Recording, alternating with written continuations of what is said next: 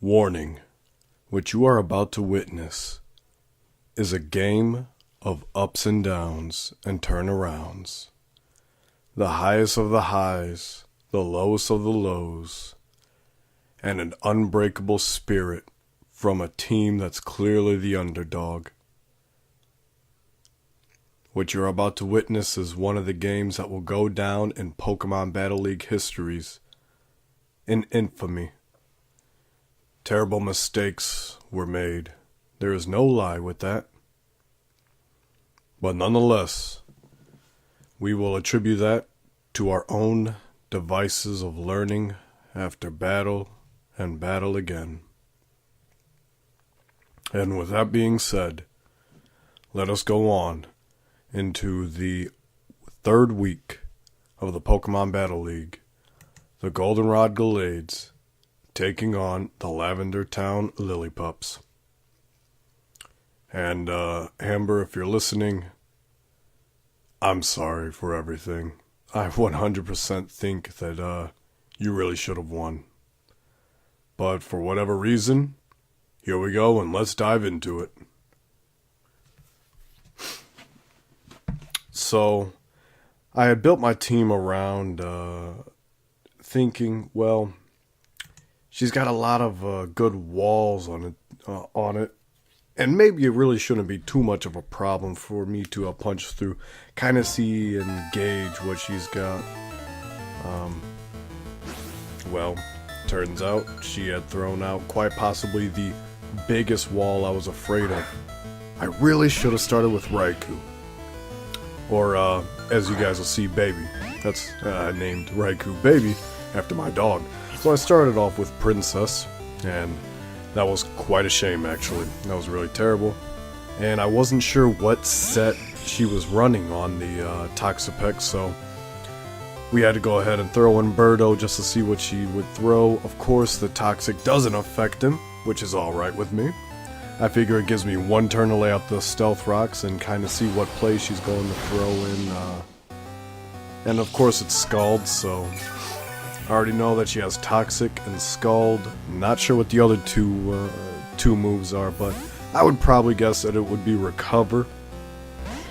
The fourth move, however, completely catches me by surprise later on. So nonetheless, she throws out the good old Spiky Boy, the Jolteon. And I figure, well, at least this will be able to get a little bit of damage off, at least scrape it. And it does a lot more than I thought, due to the fact that it was a critical hit. In fact, you will see a couple of really clutch critical hits. Like I said, this is a very underdog story that's about to play out, which can also be attributed to, unfortunately, a fair amount of mistakes made by Amber. So here comes Baby, and which one? Oh, the Spiky Boy says, nah, I'm not gonna hang out today, so I gotta bounce the puck up out of there, man. So Spiky Boy goes, and out comes the Curly Perm. I was afraid of this beast because, honestly, I don't even know what the fourth move that it ended up using. But I was like, oh man, an Earthquake is all it's gonna take for this thing to just completely start wrecking me. So I throw in Big Dog. It's the other name that I call my dog. I call her Big Dog or Baby, but her real name is Phoenix. Don't ask. So I know that Curly Perm has Synthesis. She probably used it thinking that I was gonna go ahead and hit her with a move and kind of get a feel out for me, see where it was going to end up. Out comes the good old No Boy Allowed, the Toxapex again, but I was hoping for this and going for the Sacred Fire, 50% chance for the burn, and thankfully we got the burn, so I knew it was going to at least mitigate a little bit of that healing ability that she got from the Black Sludge. So more or less like a small checks and balances. I was not willing to keep in Big Dog, so out came Birdo one more time just because I said, well, we're gonna see what kind of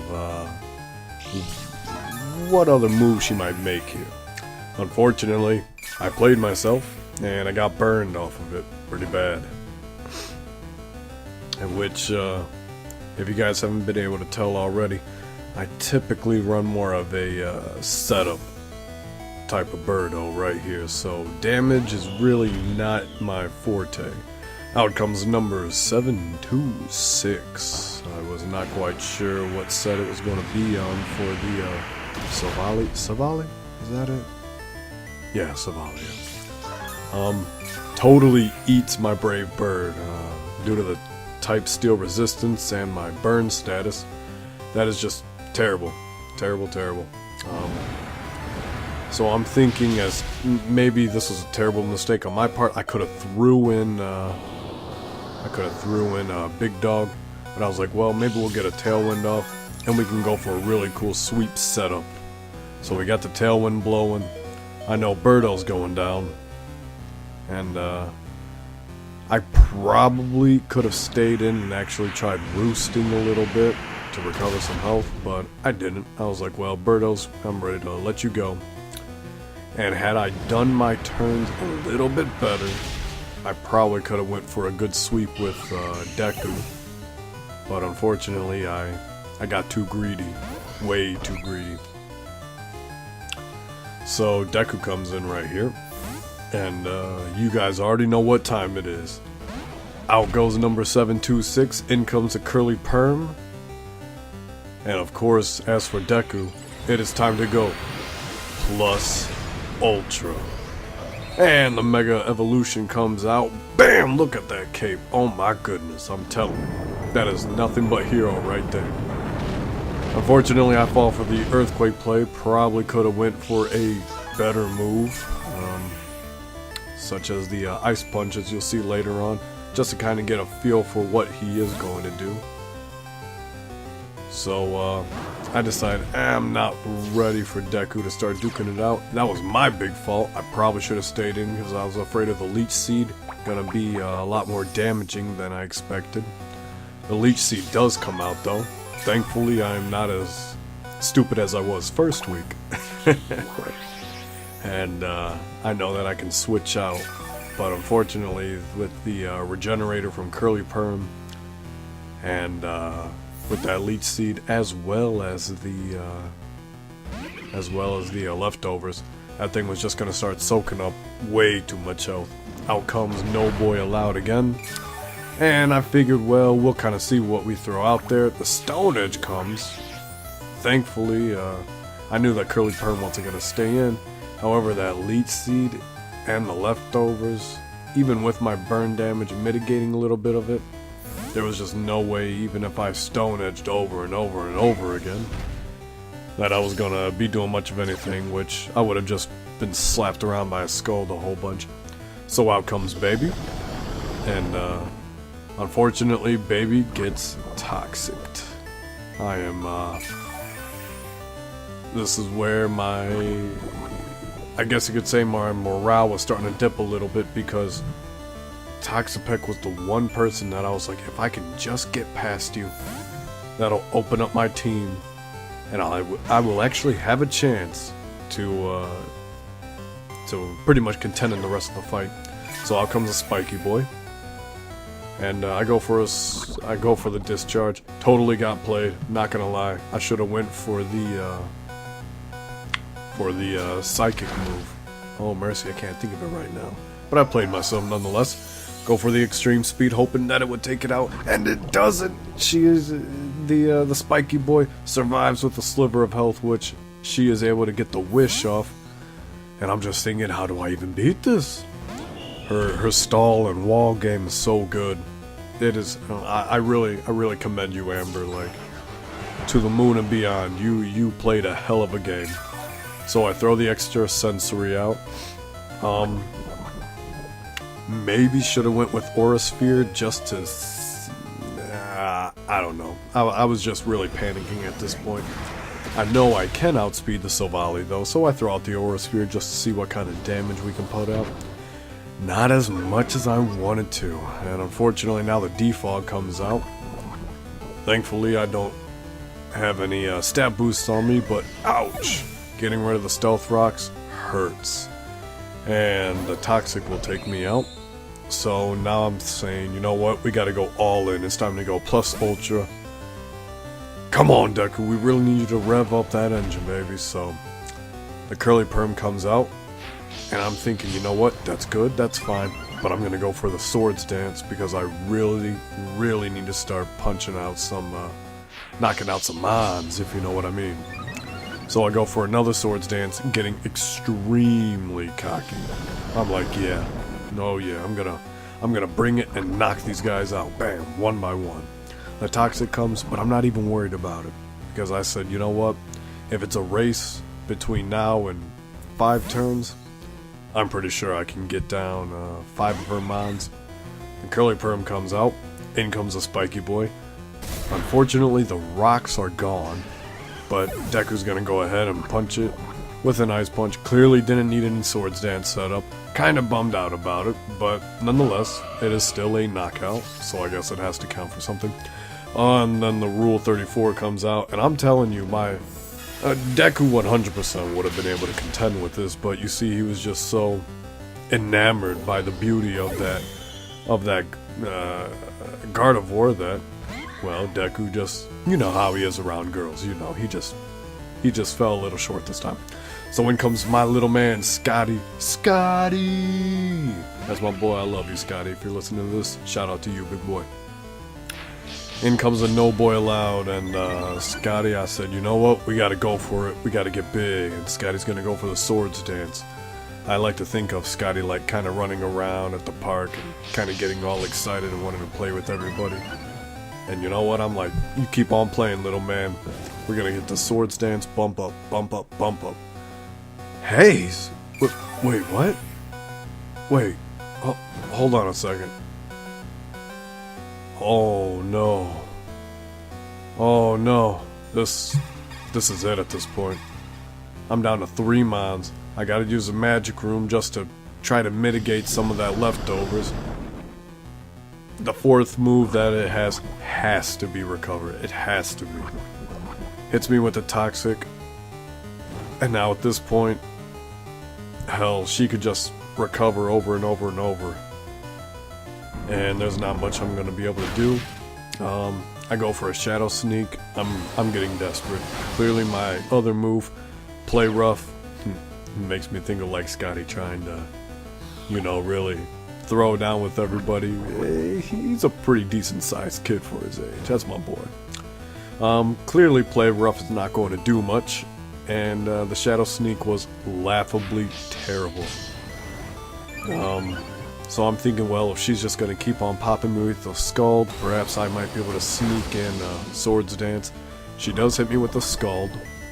I'm able to wall it pretty good, but that poison. How you gonna poison my little man, Amber? Come on now. Come on. I'm able to get a Shadow Sneak off. Does a little bit more damage. Of course, here comes the Haze, which hurts. If only that poison was reset, am I right? Oh, I'm sad again. So I know that next turn Scotty's going down. So I'm just looking at my little man like, hey, you know what? Go play, Scotty. Oh man, I'm sorry, but this has to be the greatest Z move of all time. For all the haters out there that are not down with the Let's Snuggle Forever, I'm sorry, but you must not have been loved as a child. I'm just kidding, I'm just kidding. Oh man, so clearly the Toxapeck just starts freaking out and doesn't know what's gonna hit it. And here comes Scotty.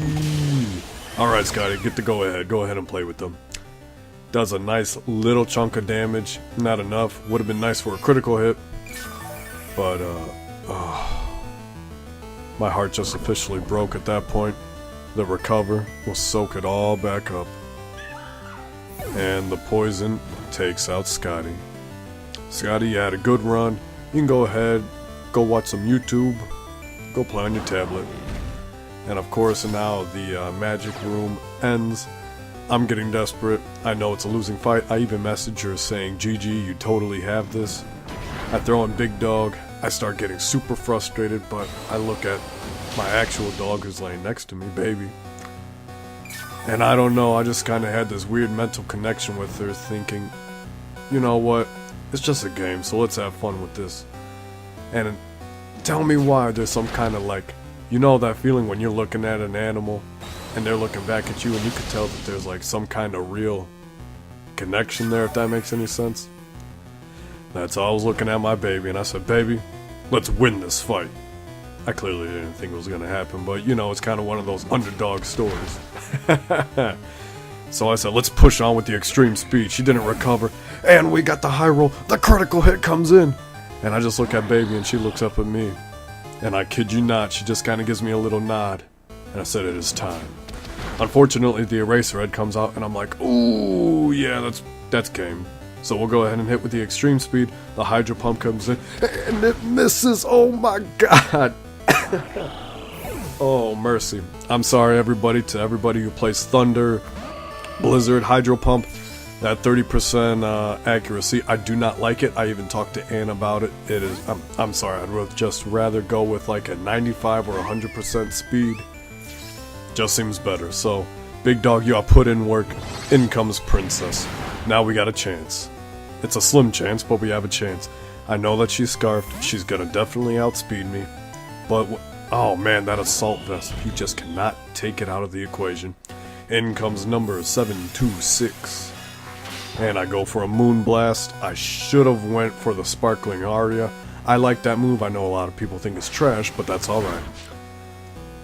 I can't outspeed it normally, but I prepared for the Aqua Jet. Got another critical hit, but unfortunately, this is just laughable damage. In comes a Flash Cannon, but my Assault Vest is clutch. Gotta love that move. Not expecting the parting shot, though. So, it's clearly gonna switch out, which that's fine. I totally understand. In comes the Curly Perm, and I brought a move just for you, but unfortunately it wasn't it. So the Sparkling Aria will do a decent amount of damage. Not a whole lot, but a little bit. The leftovers will soak it up. That parting shot, by the way, is clutch by Silvally because, as you see, the Ice Beam would have taken it out. So, very, very good move by you, Amber. Very good move. The Giga Drain is going to hurt, but it's not enough to take me out. You know why? Because of Assault Vest. Ah! I love that item. I'm sorry to all the haters out there. You just gotta show some love. So, Curly Perm knows that she's gotta get out of there. Boom. Rule 34 comes in. That's going to take damage regardless. And here comes a good old Ice Beam.